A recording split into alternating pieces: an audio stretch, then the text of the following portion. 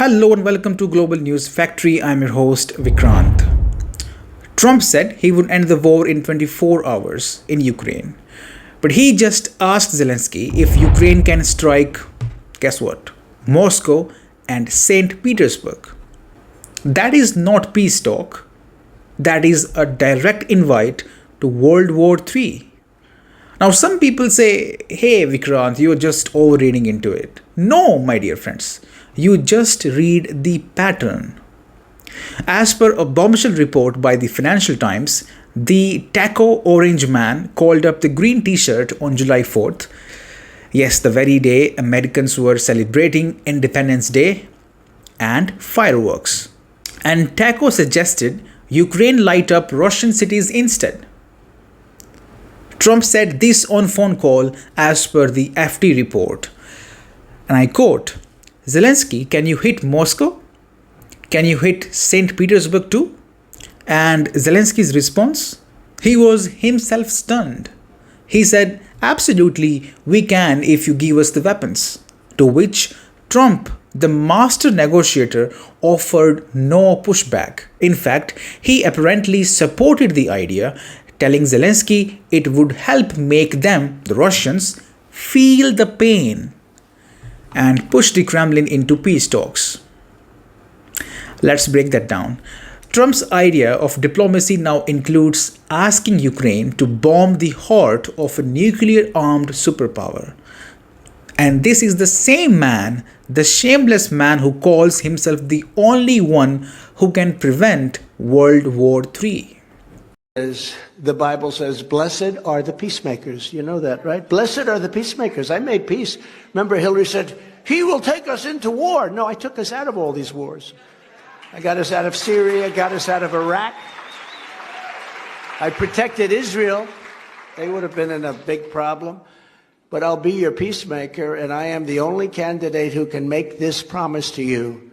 I will prevent World War III. We are very close to World War.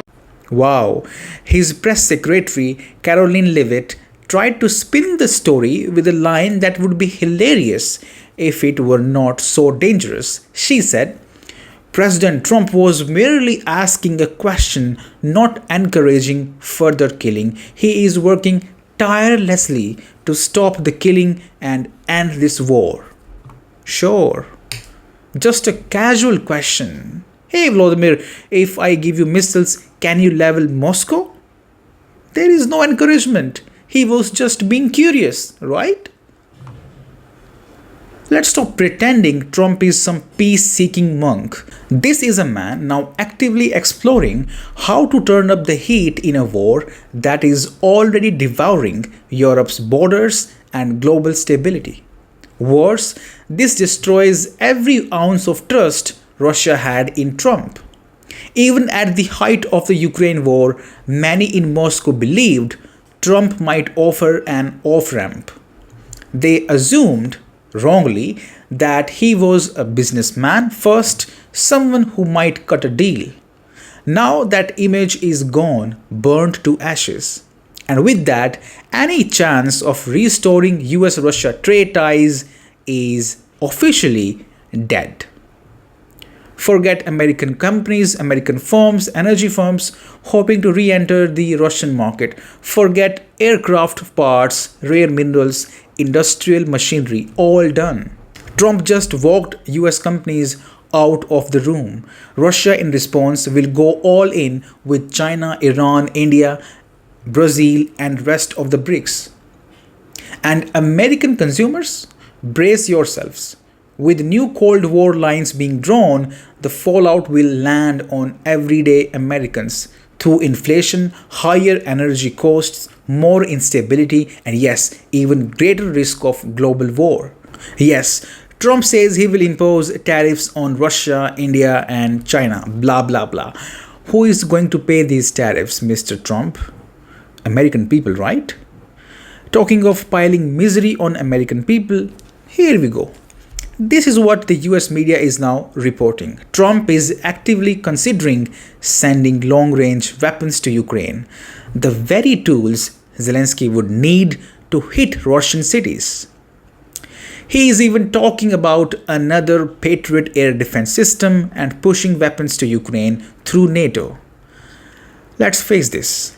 If Biden's war was reckless, Trump's war might be catastrophic. And in all this, Ukraine becomes the stage, Russia the target, and the rest of the world the collateral damage. So next time Trump asks, "Can you hit Moscow?" we need to ask back, "Can you stop playing with matches while standing on a pile of nuclear dynamite?" And that's all for now. Thank you very much for staying with me. You're watching Global News Factory.